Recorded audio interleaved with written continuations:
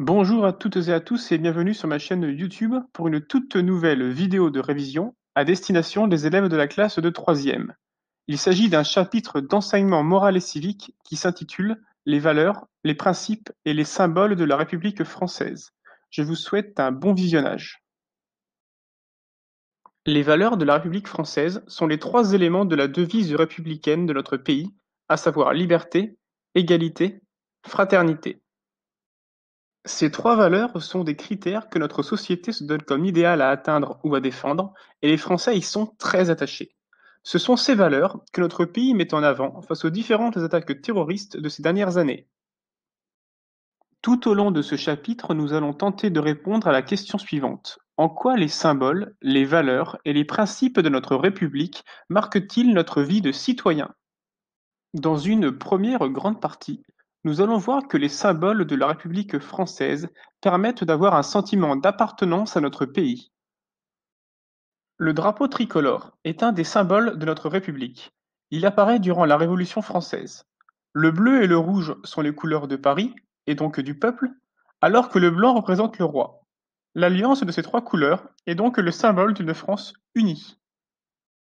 La Marseillaise date de 1792 et est composée par Rouget de Lille.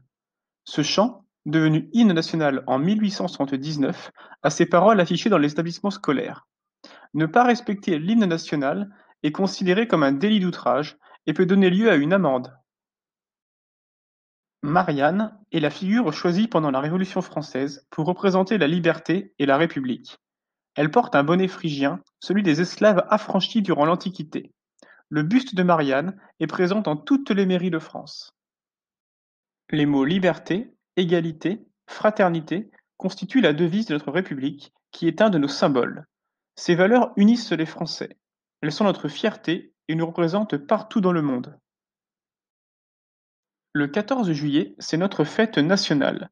On la fête en mémoire du 14 juillet 1790 et de la fête de la Fédération qui elle-même commémorait la prise de la Bastille du 14 juillet 1789. Cette fête nationale montre l'unité de tous les Français. Un sceau sert à sceller, c'est-à-dire à fermer un document afin de le rendre notamment officiel. Sur le sceau de la République française, on peut voir une femme qui représente la liberté, mais également on retrouve un coq. Le coq, justement, est un des symboles de notre République. C'est l'animal qui représente notre pays. Cela date de l'Antiquité, car le mot gallus signifiait gaulois, mais également coq. Dans une deuxième et dernière grande partie, nous allons voir les différents principes de la République française. La République française est indivisible, c'est-à-dire que le droit est le même pour tous et partout sur le territoire, qu'il s'agisse de la France métropolitaine ou des territoires ultramarins. La République française est une république démocratique où les citoyens exercent le pouvoir par l'intermédiaire du suffrage universel. La République française est une république laïque. Les citoyens disposent de la liberté de croyance. L'État est neutre face aux religions.